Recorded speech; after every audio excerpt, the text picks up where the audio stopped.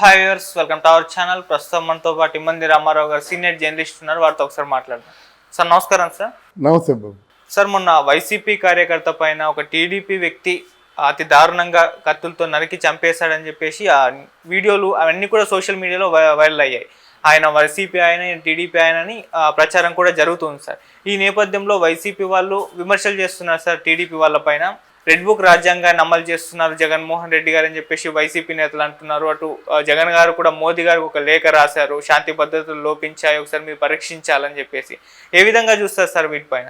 Red book అని మనం మొదటి నుంచి అంటున్నాం కదా. లోకేష్ కొంచెం అనాలోచితంగా పనిచేశాడు. ఎందుకంటే లోకేష్ లాంటి వాళ్ళు మనలాంటి వాళ్ళు 10 పేర్లు గుర్తుంచుకోలేము, మనసులో ఉంచుకోలేమా? అది ఎట్లాంటి పరిస్థితుల్లో ఆ పేర్లు మనకు తగిలాయి. ప్రాణాపాయ సమయంలో అది కనిపించిన తండ్రి ఏమవుతాడో తెలియనటువంటి ఆందోళనలో వాళ్ళు ఎంత కష్టపెట్టారండి.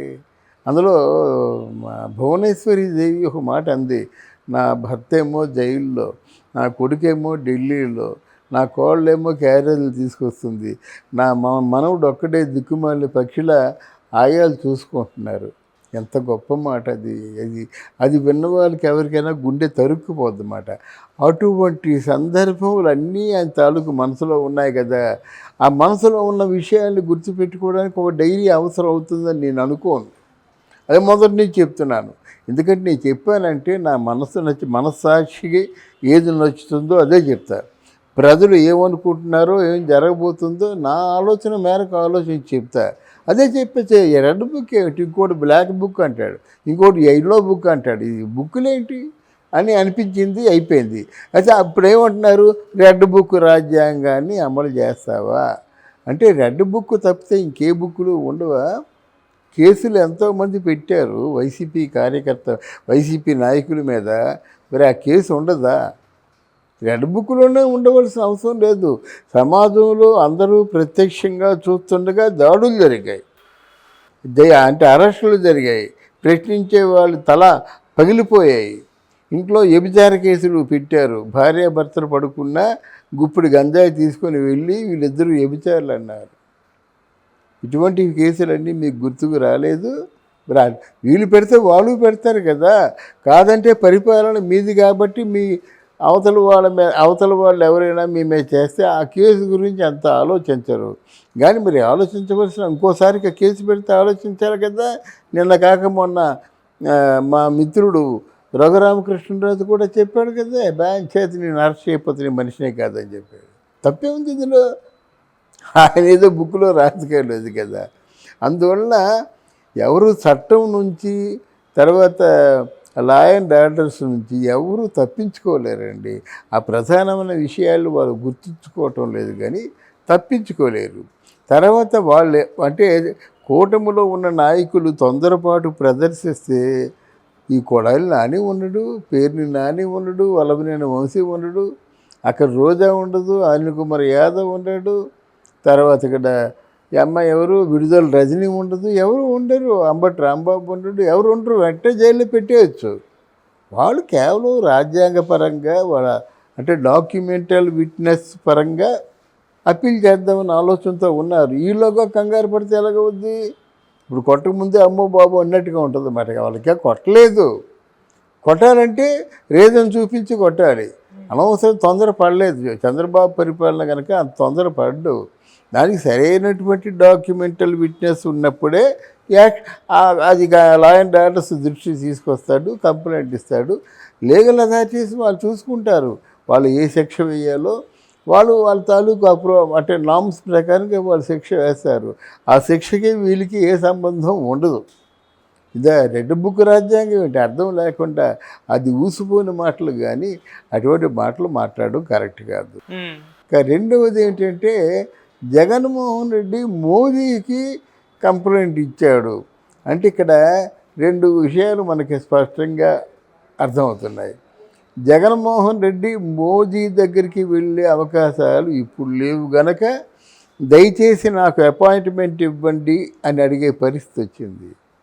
అయ్యా జరిగింది మీ దృష్టికి తీసుకొస్తున్నాను, తమరు సరైనటువంటి యాక్షన్ తీసుకోవాలి, అయితే ఆంధ్రదేశం అంతా రక్తపాతం అయిపోతుంది, విధ్వంసం అయిపోతుంది, అసలు ఈ నెల రోజుల పరిపాలన కూడా చూడలేకపోతున్నామని ఆయన రాశాడు.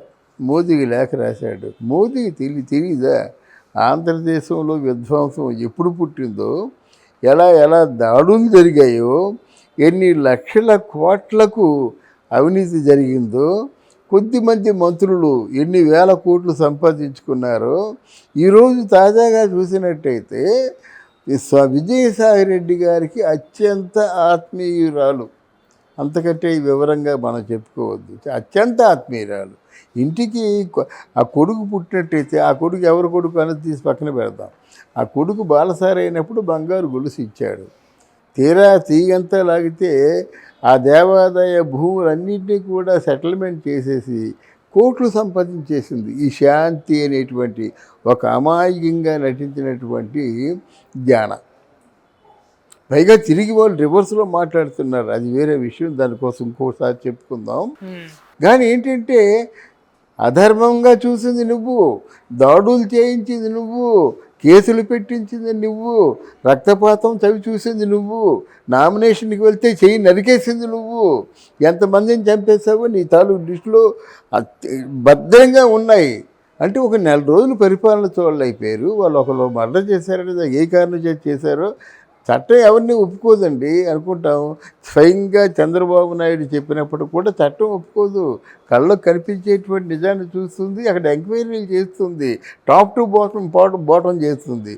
పోలీసు విభాగం ఎవరో కళ్ళకు కనిపించిన వదిలేసి మాట్లాడేసి వెళ్ళిపోదు.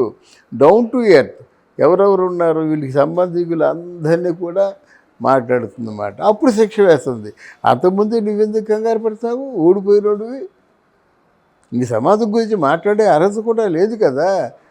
నువ్వు అనుకున్నట్టే సమాజం కూడా నిన్ను అనుకోవాలి కదా. మా జగనే మా పాలకుడు, జగనే మా ప్రభువు అనుకోవాలి కదా. అలాగ అనుకుంటున్నారా? మరి ఎందుకు ఇవన్నీ లేఖలు? అంటే సార్ వాళ్ళ వ్యక్తి పైన, వాళ్ళ కార్యకర్త పైన దాడి జరిగింది, అందుకోసం నిరసనగా వాళ్ళు ఫైట్ చేస్తున్నారు అంటే చేయొద్దు అని అంటారు సార్ మీరు? చెయ్యొద్దని చెప్పడం కాదండి. దీన్ని మోదీ దృష్టికి వెళ్తే నువ్వెన్ని దాడులు చేసావో, ఎన్ని హత్యలు చేసావో, నువ్వు ఎన్ని వేల కోట్లు ఎన్ని లక్షల కోట్లు వెనుకేస్తున్నావో మోదీయే చెప్తారు కదా. అమిత్ షాయే చెప్తున్నాడు కదా, పబ్లిక్గా మీటింగ్లో మోదీయే చెప్పాడు కదా. ఇంతకంటే అత్యంత అధికమైనటువంటి అవినీతి ఎక్కడా జరగలేదు, కేవలం జగన్మోహన్ రెడ్డి తాలూకు పరిపాలనలో జరిగిందని పబ్లిక్గా మీటింగ్లో చెప్పాడు. అవినీతి పోవాలి, లిక్కర్ అవినీతి, గంజాయి అవినీతి, ఇసుక అవినీతి, ఇవన్నీ అవినీతిలే కదా. వాళ్ళు తెలిసిన తర్వాత మళ్ళీ కొత్తగా లెటర్ రాస్తే ఏం చూస్తారు? నవ్వుకుంటారు. అది నేను చెప్పేది. ఓ నెల రోజుల్లోనే ఇంత గలాబా సృష్టించేసినట్టు ఎలాగండి? ఇంకా మీరు చేసిన పనులు ఉన్నాయి కదా, దాని మీద కూడా విచారణ జరగాలి కదా. నువ్వు అనుకున్నట్టుగా చంద్రబాబు నాయుడును పవన్ కళ్యాణ్ అంత తీరిగ్గా లేరు. ఎవరి పనులు వాళ్ళు చేసుకుపోతున్నారు. వాళ్ళు ఇచ్చిన హామీలు నెరవేర్చుకుంటున్నారు. వెళ్ళి ప్రజల మధ్యకి వెళ్ళిపోతున్నారు. ప్రతి సోమవారం పోలవరం వెళ్ళిపోతున్నాడు చంద్రబాబు నాయుడు. ఇప్పుడు చంద్రబాబు నాయుడే కీలకంగా కేంద్రంలో కూడా మారాడు. అటువంటి అప్పుడు నువ్వు ఎవరు తాటాకు చప్పుళ్ళకి గుండెలు బెదిరుతాయా? అది ఆలోచించుకోవాలి Jaganmohan Reddy. Okay sir, thank you so much. Thank you అమ్మా, థ్యాంక్ యూ.